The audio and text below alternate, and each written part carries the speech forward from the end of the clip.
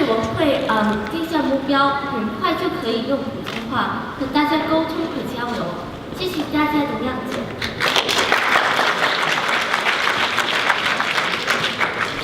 So hello everybody, I'm Hillary, and I'm 13 right now. I started working on my app when I was 10. But before I move on to the story as to how I started and what I'm doing, I'd like to tell you a bit about myself first. So, I grew up here in Hong Kong to a local family, and pretty much everything was pretty normal. We had a normal life. I was a pretty normal student. So when people ask me what gave me the ability to start doing my startup, I usually say that it boils down to two things: reading and debating. When I was barely a few days old, a lot of people thought my parents were mad because they were reading books to me when I was barely this big. When I asked them why they were doing that, my parents always said that they wanted to instill a love of reading in us. And that worked. If you ever catch me outside a meeting or a presentation or school, more often than not, you'll get me the book or my Kindle. But the most important thing I got from books is that it's a portal to let you learn something new quickly. If you want to learn about how to do a startup, just grab a book from the best entrepreneurs out there, and within hours you have the best mentor who you can contact at any hour. The other thing would be debating. That one's helped me a lot in two aspects. First would be public speaking, because that's extremely important, as we all know in the startup world. The second one would be analytical skills. Debating allows you to look at the world from a critical glance, to see what's going on and distill it down to the key ideas. What is clashing with one another, and what should we as humans ought to or ought not to do? I also went to international schools until last year, and since then, since I think February last year, we started homeschooling after a couple of situations at school. For me, homeschooling has been also a great thing, because we all know the education system, to a degree, is flawed. And homeschooling allows you to decide what's important for you to learn, and for your education to learn what's necessary and what's important, instead of the other things that may be incorporated into the school system. And now I'd like to start talking about my startup journey and how I got started. As I may have mentioned earlier, I'm still learning Chinese, but that's been a way longer process than one might think. In fact, my brother and I have been at it since we were really little infants. Even though we learned for many years, when I was 10, we could still barely read a sentence, let alone speak or listen. And that really became an issue, because after spending so long, you would expect that we'd get better and better, and yet it seems like we'd either be stagnant or getting worse. That's why my mom decided to send us overseas for 1 month in a boot camp to improve our Chinese. Over there, from 9 to 5, we had no choice but to speak in Chinese and Chinese only. And honestly, that was a lot of fun. Whether we were doing Go chess, checkers, Kung Fu, we were interacting with other people in Chinese, and that was really important, because that meant anything we learned would be used in practice immediately. This was a great thing, because it meant that you didn't forget anything, and if you spoke a word of English, 4 or 5 teachers would be on you within 10 seconds. That meant our Chinese went from here to there, instantly. When I got back to Hong Kong, I came across an entrepreneurship challenge for kids that asked us to come up with an idea that we thought would change the world. I immediately thought of my experience overseas. It occurred to me that in 1 month, we were able to learn something that we couldn't have achieved in years. I thought that if we applied this to every single kid out there, that would make a real impact. So much pain that we have through tutoring, so much pain that we have through our parents yelling at us if we didn't get the dictation right. Not that my parents did that. Would be gone. So I asked myself, why can't we do this for every single kid? The answer is pretty obvious to me. You can't go flying overseas every time you want to learn a new language. Which led me to think about bringing it online, so that kids everywhere can experience this, not just the privileged who can go overseas whenever they like. That's how I came up with MinorMynas, the app I'm working on, under the premise that we connect kids to learn languages from each other and to exchange. So I entered the program. Over there, it was absolutely great. They taught 8 to 13-year-old kids everything about running a business. From pitching, which I absolutely love, because it really challenges you to talk about what you believe in, to find the best way to succinctly put it in, so that people out there will understand what you're up to. They also taught us about how to build a business model. They also took us to different companies, so we know how business works on a day-to-day basis. For example, they took us off to Citibank one time to tell us about customer service, to talk to you about how, when you encounter problems, how to successfully overcome it with your customer, instead of putting up walls or addressing it in a bad way. Towards the end of the program, I was lucky enough to be able to pitch at the Start Me Up Festival, where it was the first event that they were running at the Venture Forum. That was absolutely brilliant. Over there, I even got to meet Elon Musk, but most importantly, I met many people, including my mentors, who encouraged me to start doing my business and to turn it into a reality. After we finished the program, I decided to follow up on one of those meetings to investigate whether continuing it would have been a viable option. And I still remember that first meeting.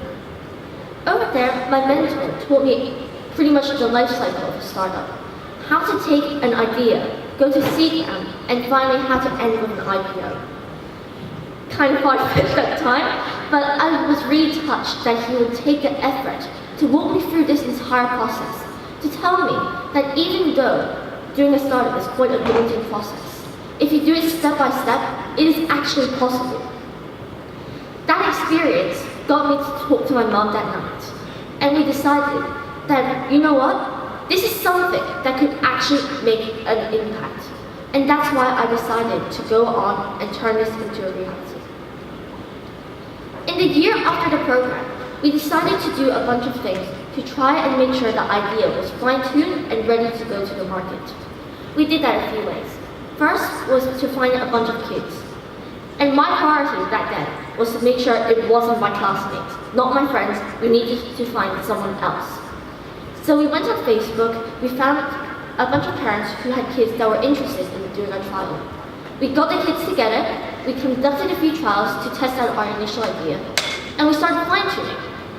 Over the summer holiday, my brother and I even decided to test out the short video feature that we wanted to include. That one didn't go over well. Once we were happy with what we wanted to achieve, and the product that we thought would do well, we approached some developers and got them to help us build the app and build a trial version for us. 6 months later, our MVP was launched on the App Store. And after seeing the interactions on there, with all users being totally organic, we realized that MinorMynas was something so much bigger than just languages. Kids from more than 50 countries were on our app. Kids who had never met each other. They were bonding over learning languages together. They were bonding over talking about Pokemon, about different video games, things that captured their interest. And that really sparked my attention. Kids on here were actually bonding and making friends. It was an interaction that really got me thinking. What else could we do with MinorMynas? I was also pretty interested in politics at the time, and I realized that the world was getting pretty divisive. Whether things like racism was being an issue, whether political beliefs, especially here in Hong Kong, cultural, racial, social, I realized that despite social media and everything that could potentially bring the world together, we are still pretty divided. Then I asked myself, why is this such an issue? Then it occurred to me, no offense to any adults, but it's kind of hard to change your opinion once you're older. Even if we tried to, it would be extremely hard. And that's why I believe that this is such a hard issue to solve. Which led me to wonder, what could we do then? Kids, when we are young, our opinions, our views, they're still very flexible. We can change it, we can shape it. And I also realized that kids are also excluded from the internet. Oftentimes, in the market, there are two things that kids can access. Video games, which parents usually hate, or extremely dry, let's bring the school online things that kids may not always want to spend all their time on. And I decided to connect the dots. What if we could bring kids all onto one community where they could be exposed to other cultures, other people, other ideas, while being connected under education? That would be the future. Because education is a connecting factor that binds kids together. Putting kids together and exposing them to new ideas, new people, would encourage tolerance.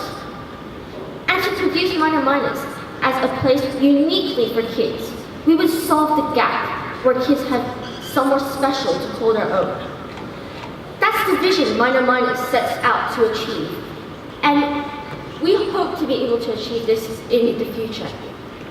Right now, we have a beta version of our app. And it's only on iOS. So the fact that we're able to amass more than 43,000 downloads worldwide, to me, is amazing. For our next step, we need to go onto Android. We need to go onto web. We know the demand is there. We just need to finally get on there. And that way, we can open up a new community, a new society for kids to come on, and hopefully, to make a change. The thing about MinorMynas is that we're able to make changes, one kid at a time. And that's what I'd love to focus on in the next few years. Now, when a lot of people, another thing I've realized in the past few years is that the Hong Kong startup community is really what enables me to be here today. Everything I was able to achieve was through the different interactions I had. Without my mentors, I would have never had the courage, I would never have had the idea that starting MinorMynas was actually a possibility. Without them, I would never have started MinorMynas. And that's one thing I'd like to talk about today. How Hong Kong's startup system is absolutely unique. Through one event when I was 10, I was able to meet so many people in the startup industry, and those connections continue to help me today. Not too long ago, someone approached me and was just like, I remember you from when you were 10. And from there, we continue to have meetings, and that's really continuing to help me now. Hong Kong's startup community is small, but it's extremely supportive. If you meet different people, they'll continue to help 6, 7, 8 months down the road. By talking to people, you're able to open up new connections, meet everybody in Hong Kong. That's something that I really value here. And Hong Kong is a very global place. When I was a little kid, I read a book called If the World Were 100 People. It was talking about the demographics of the world and incorporating them into 100 people. I think Hong Kong is pretty much that society, but on a much larger scale. If you're in Hong Kong, you're able to meet, you're able to interact with a customer base that is essentially the world in one community. You're able to reach people from different backgrounds. And that's why Hong Kong is a great place to start innovating. If you want to go global, starting local in Hong Kong is pretty much a mini simulation of what's out there. And that's something I think is important. And there's one more thing. Hong Kong is still a gateway for the world to come in and go to the Chinese market, and for the Chinese market to go global. Hong Kong is very much still that place, and I believe it will continue to be that place. A place that is truly global, a place with a vibrant, supportive startup community, and somewhere where startups can meet each other and go into different markets. And today I've also been asked to talk about the idea of intelligent life in 2028. And if I'm honest with you, I've had a lot of trouble thinking about this particular aspect. But then, who can predict what the future is? There's a great saying that I saw that says, if you want to predict the future, create it yourself. Especially from a startup point of view, I believe that this is important. In 10 years, so much can happen. As we saw earlier today, we're already talking about AIs. And the AI revolution is already starting.